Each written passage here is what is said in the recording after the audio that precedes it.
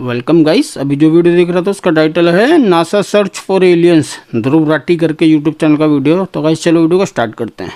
नमस्कार दोस्तों, क्या इस पूरे ब्रह्मांड में हम इंसान अकेले हैं या फिर हमारे अलावा भी कहीं और कोई इंटेलिजेंट लाइफ मौजूद है?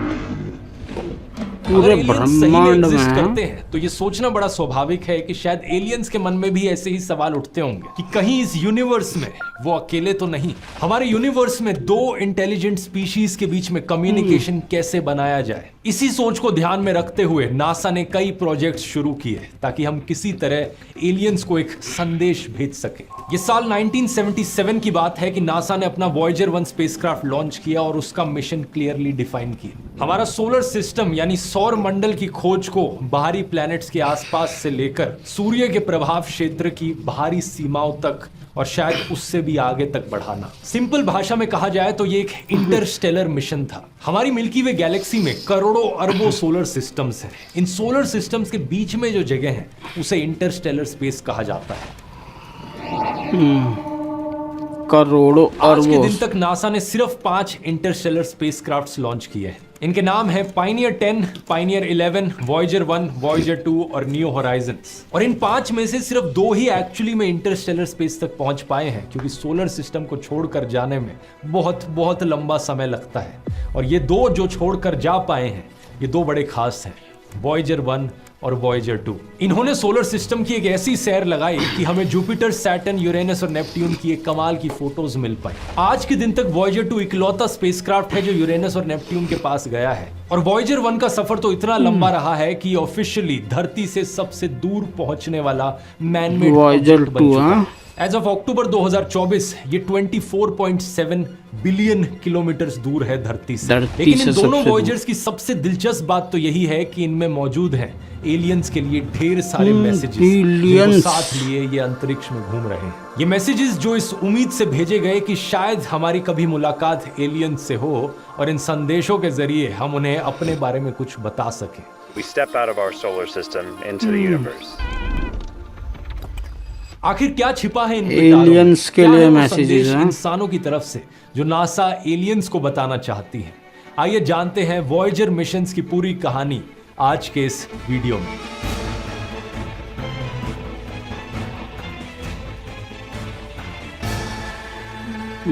वॉयेजर्स मिशन। ये साल 1965 की बात है दोस्तों कि नासा में काम करने वाले एक सर्च इंजीनियर ने नोटिस एलियंस किया कि हमारे सोलर सिस्टम के आखिरी 4 प्लैनेट्स जुपिटर, सैटर्न, यूरेनस और नेपट्यून एक बड़ी ही अनोखी ज्योमेट्रिक अरेंजमेंट में आ जाएंगे लेट 1970s के समय में। एक ऐसी अनोखी अरेंजमेंट जो 175 सालों में सिर्फ एक बार आती है। इस अरेंजमेंट का मतलब था कि एक ऐसा स्पेसक्राफ्ट भेजा जा सकता था जो इन चारों प्लैनेट्स के ग्रेविटेशनल फोर्स का फायदा उठाकर इन चारों प्लैनेट्स के पास से गुजर जाए, बहुत कम फ्यूल और समय इस्तेमाल करते हुए। इस प्रिंसिपल को ग्रेविटी असिस्ट कहा जाता है। किसी प्लैनेट या स्पेस में मौजूद किसी और ऑब्जेक्ट के मास का इस्तेमाल करना अपनी स्पीड और ट्रेजेक्टरी बदलने के लिए। इसी के आधार पर नासा ने वॉयेजर 1 और वॉयेजर 2 मिशंस के प्लान्स बनाए और यही कारण कि साल 1977 का ईयर चुना गया इन दोनों स्पेसक्राफ्ट्स को लॉन्च करने के लिए। मिशन के अनुसार वॉयेजर 1 को जुपिटर और सैटर्न के पास से फ्लाई बाय करना था, खासकर सैटर्न के बड़े मून टाइटन पर फोकस करते हुए। और दूसरी तरफ वॉयेजर 2 को जुपिटर, सैटर्न, यूरेनस, नेपट्यून के पास से गुजरना था। दोनों स्पेसक्राफ्ट्स के डिजाइन की बात करें तो एक दूसरे से काफी सिमिलर थे। दोनों ही 3 radio isotope thermo electric generator द्वारा पावर्ड थे। इनमें कोई सोलर पैनल्स नहीं लगे थे क्योंकि मार्स जुपिटर को पार करते ही सोलर एनर्जी काफी हद तक यूजलेस हो जाती है। उतनी दूर पहुंचकर सूरज की किरणों में इतनी एनर्जी ही नहीं रह जाती कि उससे कुछ सोलर एनर्जी निकाली जा सके। और इनका मिशन तो सोलर सिस्टम को पार करना था। इसलिए ये जो डिवाइसेज हैं ये प्लूटोनियम एलिमेंट के रेडियो एक्टिव डीके से पावर्ड है। प्लूटोनियम जब डीके होता है तो हीट निकलती है, उस हीट को बिजली में कन्वर्ट करा जा सकता है। यहीं से ही ये नाम आता है radio isotope thermo electric generator. इसके अलावा दोनों स्पेस प्रोब्स में 10 साइंटिफिक इंस्ट्रूमेंट्स लगाए गए थे। इसमें था एक 2 कैमरा इमेजिंग सिस्टम तस्वीरें खींचने के लिए, एक स्पेक्ट्रोमीटर जो हाइड्रोजन की एबंडेंस को मेजर करता, दूसरा स्पेक्ट्रोमीटर जो अंतरिक्ष में अल्ट्रावायलेट एक्टिविटी को मेजर करता, एक मैग्नेटोमीटर जो प्लैनेट्स की मैग्नेटिक फील्ड्स को मापता, एक हाई गेन एंटीना कम्युनिकेट करने के लिए धरती के साथ, और बाकी कुछ छोटे मोटे इंस्ट्रूमेंट्स रेडिएशन के अलग अलग लेवल्स को मापने के लिए। इंटरेस्टिंग चीज ये है कि वॉयेजर 2 का लॉन्च वॉयेजर 1 से पहले किया जाता है। 20 अगस्त 1977 में वॉयेजर 2 लॉन्च होता है Ignition, and we have liftoff. और 16 दिन बाद 5 सितंबर पहले 1977 Voyager को 2 वॉयेजर को 1 launch का करते लॉन्च होता है नासा कैनेडी स्पेस सेंटर से। जो रास्ता वॉयेजर 1 ने लिया वो ज्यादा छोटा और तेज था वॉयेजर 2 के कंपैरिजन में। तो जुपिटर के पास सबसे पहले वॉयेजर 1 ही पहुंचता है और मार्च 1979 में ये जबरदस्त टाइम लैप्स इसके द्वारा लिया जाता है। ये 66 अलग अलग फोटोज से द्वारा बनाया गया एक टाइम लैप्स है। हर एक तस्वीर जुपिटर के एक रोटेशन Something 2 साल बाद है। लगभग 10 2 घंटे का साल समय लगता है बाद। जुपिटर को रोटेट करने में। ये पहली बार था कि जुपिटर और जुपिटर के मून्स की इतनी क्लियर कट फोटोज हमें देखने को मिल पाई और यहीं पर डिस्कवरी हुई जुपिटर के रिंग्स की भी। बहुत से लोगों को लगता है कि सिर्फ सैटर्न प्लैनेट के अराउंड रिंग्स मौजूद हैं, लेकिन रिंग्स जुपिटर के अराउंड भी हैं। हालांकि वो इतने क्लियरली दिखते नहीं है जब तक पास से ना देखो। ये जो जुपिटर प्लैनेट है, इसके मून्स और इसके रिंग्स, इन तीनों कंपोनेंट्स को साथ में मिलाकर जोवियन सिस्टम कहा जाता है। ये जोवियन शब्द Roman God of sky and thunder से आता है, जोव जिसका नाम है, और जोव का ही दूसरा नाम जुपिटर भी है, जहां से इस प्लैनेट का नाम भी पड़ा। अब बात कुछ ऐसी है दोस्तों कि जुपिटर जैसे ही 3 और प्लैनेट्स मौजूद है हमारे सोलर सिस्टम में, सैटर्न, यूरेनस और नेपट्यून। इन सभी प्लैनेट्स पर रिंग मौजूद है, बहुत सारे मून्स मौजूद हैं और ये सारे के सारे गैस जाइंट्स भी हैं ये चारों। यही कारण कि इन चारों प्लैनेट्स को मिलाकर जोवियन प्लैनेट्स कहा जाता है। जुपिटर बहुत सारे मून्स भी मौजूद हैं। इसी जोवियन सिस्टम की एक्सप्लोरेशन के दौरान वॉयेजर 1 ने जुपिटर के आईओ मून की ऑनगोइंग वोल्केनिक एक्टिविटी की भी खोज करी। ये भी पहली बार था जब इंसानों ने किसी और प्लैनेट पर एक्टिव वोल्केनोस को देखा। वॉयेजर 1 के जुपिटर पहुंचने से पहले हमें लगता था कि जुपिटर के पास 13 अलग अलग मून्स मौजूद हैं, लेकिन इसके आने के बाद पता चला कि 2 और चांद मौजूद हैं। कुछ महीने बाद 9 जुलाई 1979 को वॉयेजर 2 जुपिटर के पास पहुंचा और ये और भी ज्यादा करीब था जुपिटर के। इसके पास आने से एक और नया चांद हमें देखने को मिला। पता चला एक और मून मौजूद है जुपिटर के पास। इन वॉयेजर मिशंस की डिस्कवरीज के कारण जुपिटर के जो मून्स थे वो 13 से बढ़कर 16 हो गए। लेकिन आज के दिन पता है क्या दोस्तों, हम 95 अलग अलग मून्स डिस्कवर कर चुके हैं। सही सुना आपने, 95 अलग अलग चांद जो जुपिटर के चारों तरफ घूम रहे हैं। इसके करीब 1.5 साल बाद 12 नवंबर साल 1980 को वॉयेजर 1 पहुंचता है सैटर्न के पास। इस वक्त तक वॉयेजर 1 की स्पीड इतनी तेज हो गई थी वॉयेजर 2 के मुकाबले कि वॉयेजर 2 को सैटर्न तक पहुंचने में करीब 9 महीने और लगे। सैटर्न पर पहुंचते ही वॉयेजर 1 ने 3 नए मून्स की खोज करी, एटलस, प्रोमेथियस और पैंडोरा। हाँ, ये पैंडोरा नाम वही है जो अवतार फिल्म में एलियन प्लैनेट का नाम रखा जाता है, लेकिन असलियत में ये सैटर्न के एक मून का नाम है। उस समय तक सैटर्न के नोन मून्स की लिस्ट करीब 15 तक थी, लेकिन आज के दिन हमने करीब 146 मून्स की खोज कर ली है सैटर्न के। वॉयेजर 1 ने कई सारे मून्स की फोटोज खींची जो आप स्क्रीन पर देख सकते हैं। इनमें से शायद सबसे इंटरेस्टिंग टाइटन मून। 95 से इकलौता ऐसा ऑब्जेक्ट है हमारे सोलर सिस्टम में जिसका हमें क्लियर एविडेंस मिला है कि जहां पर बहुत सारा लिक्विड स्टेट में पानी मौजूद है। यही कारण कि कई सारी साइंस फिक्शन मूवीज इस पर बनी है जिसमें टाइटन को एक ऐसी जगह दिखा रखा है जहां पर या तो एलियंस रहते हो या फिर जहां पर इंसान जाकर रह सके। Titan had become our home.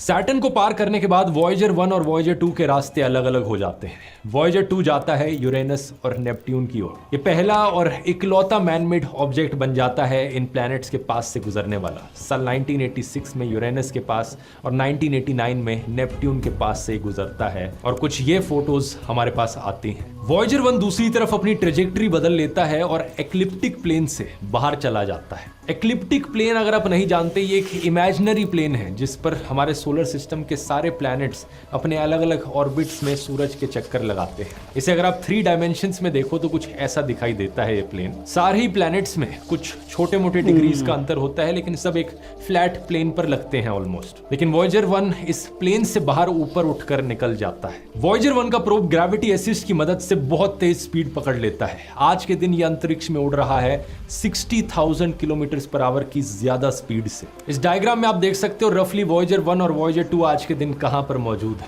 1 जनवरी साल 1990 को वॉयेजर के इंटरस्टेलर मिशन की शुरुआत होती है। ऑफिशियल मिशन सन के इन्फ्लुएंस से बाहर निकलने का। अगले ही महीने वैलेंटाइंस डे के दिन 14 फरवरी साल 1990 को वॉयेजर 1 के द्वारा एक बड़ी मशहूर फोटो ली जाती है, द पेल ब्लू डॉट। ये फोटो जिसमें वॉयेजर 1 धरती से करीब 6 बिलियन किलोमीटर दूर है और हमारी धरती इसमें सिर्फ एक छोटी सी ब्लू कलर की डॉट की तरह दिखाई दे रही है। इसी पर्सपेक्टिव से वॉयेजर 1 के कैमरा ने एक सेल्फी भी ली हमारे इनर सोलर सिस्टम की। एक फैमिली पोर्ट्रेट जिसमें वीनस, अर्थ, जुपिटर, सैटर्न, यूरेनस और नेपट्यून सब शामिल थे। अगर आप सोच रहे हो इसमें मरकरी और मार्स कहाँ गए, तो वो इसलिए दिखाई नहीं दे रहे क्योंकि सन की रिफ्लेक्शन इतनी ज्यादा पड़ रही थी कि वो उसमें गायब से हो गए। और प्लूटो बेचारा आज के दिन प्लेनेट तो वैसे ही नहीं है, उसकी कोई परवाह नहीं करता, लेकिन इस फोटो के लिए भी वो बहुत छोटा था, इसलिए दिखाई नहीं दे रहा। मैं क्या करूं, फिर जॉब छोड़ दूं? ये आखिरी कुछ फोटोज खींचने के बाद वॉयेजर 1 के कैमरास को बंद कर दिया जाता है ताकि पावर और मेमोरी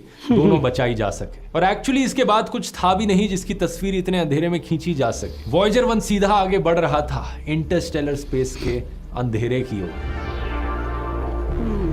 इसके बाद सालों तक वॉयेजर 1 का कोई नया अपडेट नहीं आया। साल 1998 में एक छोटा सा अपडेट बताया जाता है कि ये धरती से सबसे दूर पहुंचने वाला मैन मेड ऑब्जेक्ट बन गया है। फिर साल 2004 में बताया जाता है कि वॉयेजर 1 ने टर्मिनेशन शॉक पार कर लिया है। ये एक ऐसा पॉइंट होता है हमारे सोलर सिस्टम की एज पर जहां सोलर विंड अचानक से धीमी हो जाती है। आप पूछोगे ये सोलर विंड क्या चीज है? ये असल में सूरज से आने वाले चार्ज्ड पार्टिकल्स होते हैं। ये सोलर सिस्टम के चारों ओर एक बबल सा बना देते हैं। इस बबल को हीलियोस्फीयर कहा जाता है और ये हीलियोस्फीयर हमें इंटरस्टेलर रेडिएशन से बचाता है। जब हम हीलियोस्फीयर की आउटर बाउंड्री हीलियोपॉज के करीब पहुंचते हैं तो सोलर विंड और कमजोर हो जाती है। इस डायग्राम को देखकर आप बेहतर समझ सकते हो। शुरुआत में है हमारे प्लैनेट सारे, नेपट्यून के बाद एक कुइपर बेल्ट आती है जहां से कई सारे कॉमेट्स निकल कर आते हैं। इसकी बात मैंने एस्ट्रॉयड वाले वीडियो में करी थी। यहीं से ही लगभग शुरू हो जाता है टर्मिनेशन शॉक का रीजन, जिसके बाद आती है हीलियोपॉज की बाउंड्री। हीलियोपॉज के आने के बाद कई सारे डायग्राम्स में एक बो शॉक का रीजन दिखाया जाता है इंटरस्टेलर स्पेस आने से पहले।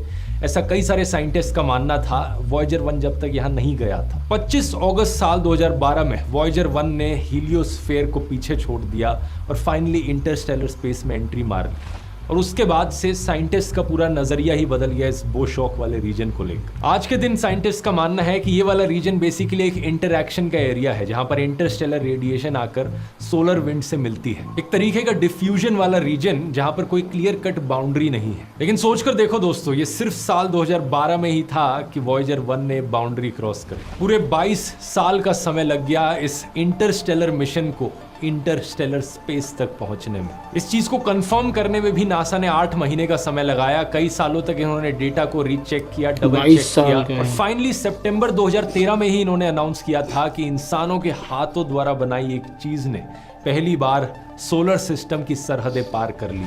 ये डेटा साइंस का ही कमाल है कि स्पेस एक्सप्लोरेशन की इस फील्ड में हम इतनी सारी चीजों को बेहतर समझ पाए हैं। लेकिन सिर्फ स्पेस एक्सप्लोरेशन ही नहीं, डेटा साइंस आज के दिन one of the most lucrative careers बन चुका है इस दुनिया में। इसका इस्तेमाल ऑलमोस्ट हर एक इंडस्ट्री में किया जाता है, automobile, finance, media, health care. अगर आप अपने आप को इसमें अपस्किल करना चाहते हो और इस डायनामिक फील्ड में एंटर करना चाहते हो तो आज के वीडियो के स्पॉन्सर Scalar.com आपको एक सोल्यूशन ऑफर करते हैं। स्केलर एक ऑनलाइन टेक लर्निंग प्लेटफॉर्म है जो प्रोग्राम्स प्रोवाइड करता है सॉफ्टवेयर डेवलपमेंट, डेटा साइंस और मशीन लर्निंग में। टॉप टेक कंपनीज के इंडस्ट्री एक्सपर्ट्स यहां पर लर्नर्स को मेंटर करते हैं। स्केलर ने अब तक 15,000 लर्नर्स के करियर ट्रांसफॉर्मेशन में हेल्प की है और आप उन स्टूडेंट्स की सक्सेस स्टोरीज इस सेक्शन में देख सकते हो। और 100 से भी ज्यादा कैपस्टोन प्रोजेक्ट्स का एक्सेस मिलता है जो आपको इंडस्ट्री रेडी बनाने में हेल्प करेंगे। स्केलर ने Google, Meta, Flipkart, Amazon, Myntra जैसी 900 से ज्यादा कंपनीज के साथ प्लेसमेंट पार्टनरशिप की है, जिसके थ्रू वो अपने लर्नर्स को प्लेसमेंट असिस्ट प्रोवाइड करते हैं। इनका एक इजी EMI ऑप्शन भी है 2 साल के लिए 0% इंटरेस्ट के साथ। तो अगर आपको लगता है कि स्केलर आपके करियर को बूस्ट करने में आपकी मदद कर सकता है तो इनकी वेबसाइट का लिंक नीचे डिस्क्रिप्शन में मिल जाएगा। उसी लिंक का इस्तेमाल करके आप एक फ्री लाइव मास्टर क्लास के लिए साइन अप कर सकते हैं, जिसमें मल्टीपल टॉपिक्स पे मास्टर क्लासेस ऑर्गेनाइज होती हैं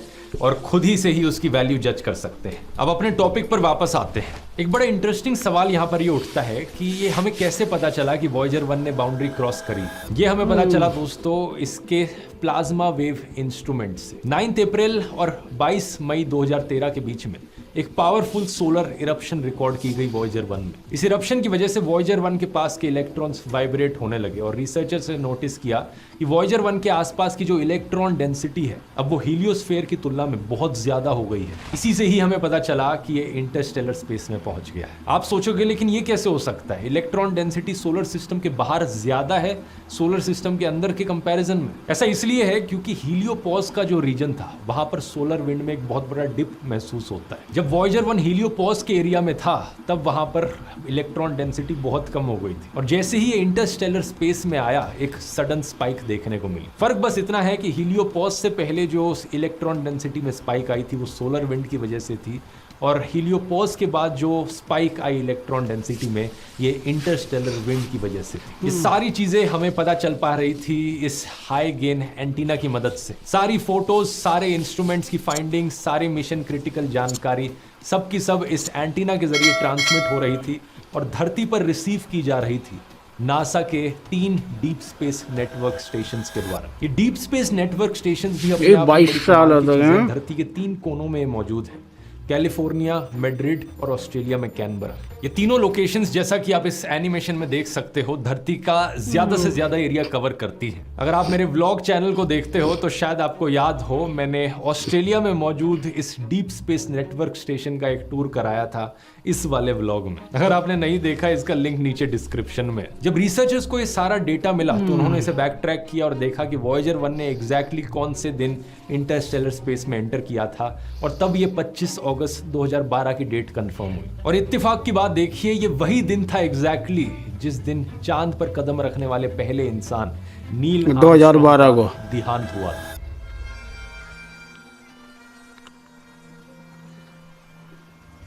अच्छा, ये सारी बात तो हुई वॉयेजर 1 की। यहां पर वॉयेजर 2 का क्या हुआ? वॉयेजर 2 ने भी इंटरस्टेलर स्पेस में एंट्री मारी करीब 6 साल बाद 5 नवंबर साल 2018 में। सिर्फ 2 स्पेस प्रोब्स जो आज के दिन तक ऐसा कर पाए हैं। इन दोनों के अंदर मौजूद हैं एलियंस के लिए कुछ संदेश।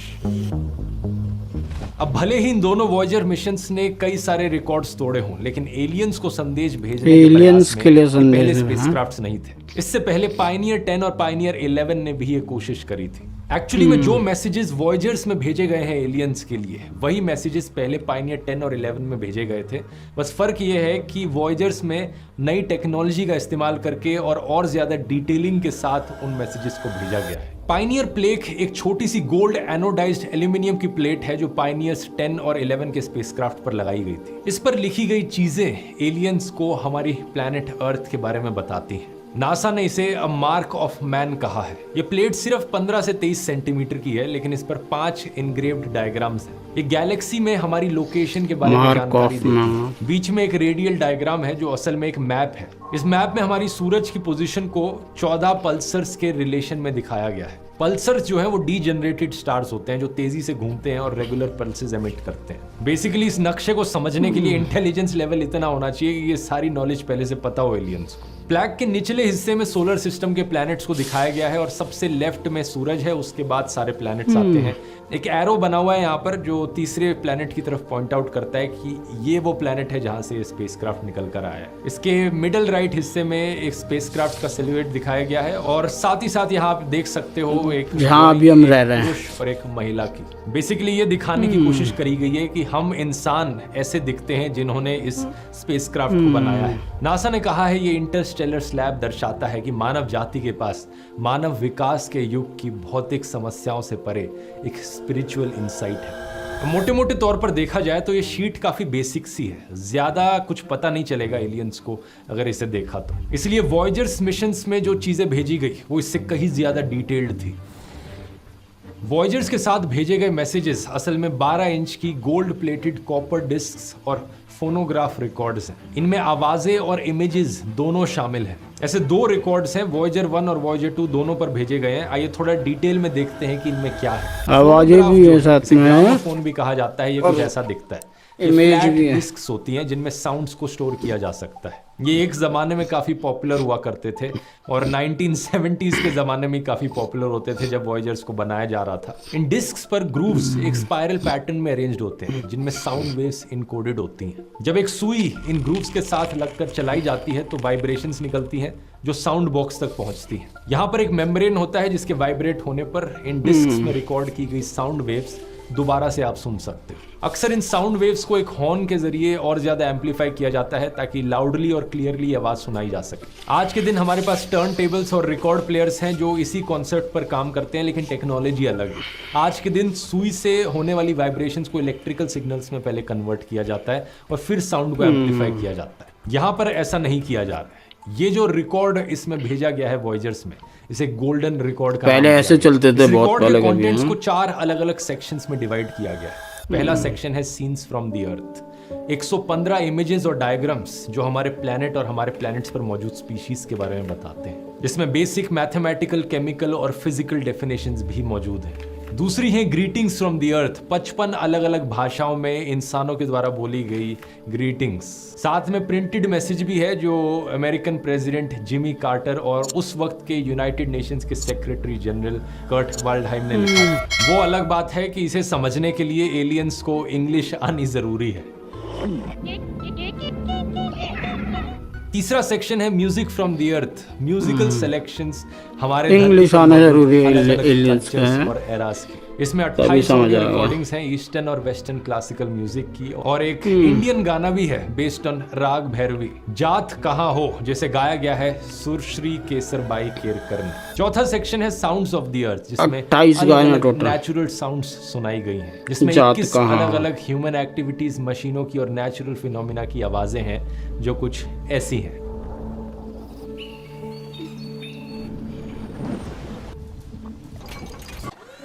अब जाहिर सी बात है, एलियंस को अगर ये आवाजें सुननी है तो उन्हें इस फोनोग्राफ को ऑपरेट करना आना चाहिए, और इसी के लिए नासा के साइंटिस्ट ने इंस्ट्रक्शंस भी रखी हैं इन डब्बों के अंदर। अब अच्छी खबर यह है कि उन्होंने इन इंस्ट्रक्शंस को किसी इंग्लिश या हिंदी भाषा में नहीं लिखा, क्योंकि ऑब्वियसली क्या चांस है कि एलियंस को हमारी भाषा समझ में आएगी। लेकिन बुरी खबर यह है कि उन्होंने इन इंस्ट्रक्शंस को डायग्राम्स के फॉर्म में दर्शाया गया है, और बुरी खबर मैं क्यों समझ कह रहा आती हूं, नहीं क्योंकि जरा इस डायग्राम को देखो आप। एलियंस का तो भूल ही जाओ, आप खुद ही देखो इस डायग्राम को और बताओ इन इंस्ट्रक्शंस को देखकर, इन डायग्राम्स को देखकर क्या आप समझ पा रहे हो कि फोनोग्राफ की मशीन को कैसे ऑपरेट करना है? मेरी राय में आज के दिन के 90% इंसान भी इन इंस्ट्रक्शंस को नहीं समझ पाएंगे, तो हम कैसे एक्सपेक्ट कर सकते हैं कि एलियंस इन डायग्राम्स को देखकर समझ पाए कैसे ऑपरेट करना है इस मशीन को। इन डायग्राम्स की इंग्लिश ट्रांसलेशन आप स्क्रीन पर देख सकते हो कि एक्चुअली में किस डायग्राम का क्या मतलब है। फोनोग्राफ को ऑपरेट करना वैसे कोई इतना मुश्किल काम नहीं है, एलियंस को बस ये समझना होगा कि कैसे हम इस डिस्क को लें,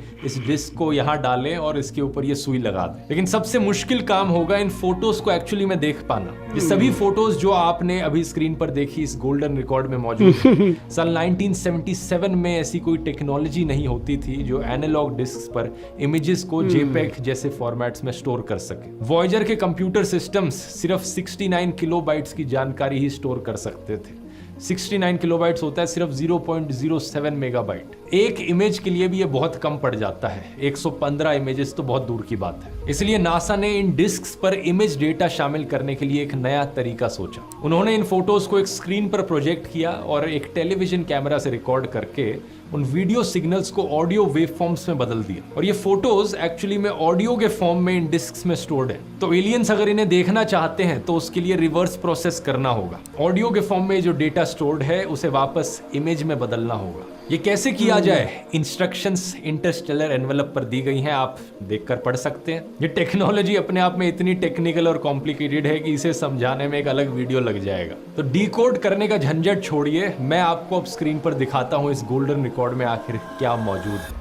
115 तस्वीरों को जब डिकोड किया जाएगा तो पहली तस्वीर ये सामने आएगी, एक सफेद कैलिब्रेशन सर्कल, एक simple black and white drawing जो दो चीजें करती है। पहले ये खुद रिकॉर्ड के आकार को रिप्रेजेंट करती है, 115 तस्वीरों में से कि डिकोडिंग सही तरीके से हुई है। इसके बाद आएंगी फोटोज बेसिक मैथमेटिकल कॉन्सेप्ट्स की, फिजिकल यूनिट्स, क्वांटिटीज, डेफिनेशंस। फिर 2 सोलर सिस्टम पैरामीटर्स के डायग्राम्स आते हैं जो सन और तब के 9 प्लैनेट्स को दिखाते हैं। इस डायग्राम के बाद सोलर सिस्टम के कई सारे ऑब्जेक्ट्स की इंडिविजुअल फोटोज दिखाई जाती हैं, मरकरी, मार्स, अर्थ और जुपिटर। कुछ इमेजेस में एक्सप्लेनेटरी सिंबल्स जैसे कि मैथमेटिकल डेफिनेशंस या केमिकल फॉर्मूलाज भी शामिल हैं। उदाहरण के लिए ये फोटोग्राफ जिसका टाइटल है Egypt, red sea, Sinai peninsula and the Nile. Earth atmosphere की कॉम्पोजिशन बताई गई है। तस्वीर के ऊपर की ओर टैग दिखता है कि हमारी एटमॉस्फेयर में इजिप्ट, रेड सी, N278/100। यहाँ कुछ केमिकल एलिमेंट्स के मॉडल्स भी शामिल हैं जैसे कि हाइड्रोजन, कार्बन, नाइट्रोजन, ऑक्सीजन और फास्फोरस।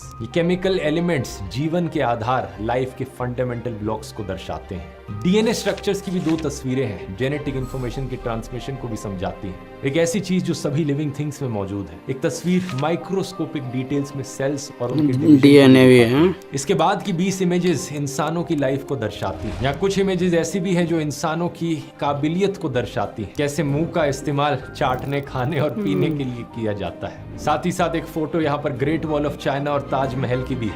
इंटरेस्टिंग चीज ये है कि कोई भी तस्वीर यहाँ पर इंसानों के नेगेटिव एस्पेक्ट को नहीं दर्शाती। कोई कॉन्फ्लिक्ट या वर्ल्ड वॉर या किसी ताजमहल की फोटो भी है चाइना की। एक बहुत ही होपफुल और पॉजिटिव साइड इंसानियत की दर्शाई गई है इन तस्वीरों में। मानवता का एक आइडियल वर्जन, जैसा कार्ल सेगन ने 1978 की अपनी किताब murmurs of earth the Voyager Interstellar record में एक्सप्लेन किया। सबसे बड़ा नहीं, सवाल वो तो कभी यहाँ पर किसी यही को उठता मिलेंगे है कि भी क्या या नहीं कोई है? भी वॉयेजर स्पेसक्राफ्ट कभी किसी एलियन तक पहुंच पाएगा, और अगर ये किसी एलियन स्पीशीज तक पहुंच भी गया, क्या उस एलियन की स्पीशीज के पास इतना इंटेलिजेंस लेवल होगा इस चीज को डिकोड करने के लिए या नहीं होगा? आपकी क्या राय है यहाँ पर? नीचे कमेंट्स में लिखकर बता सकते हैं।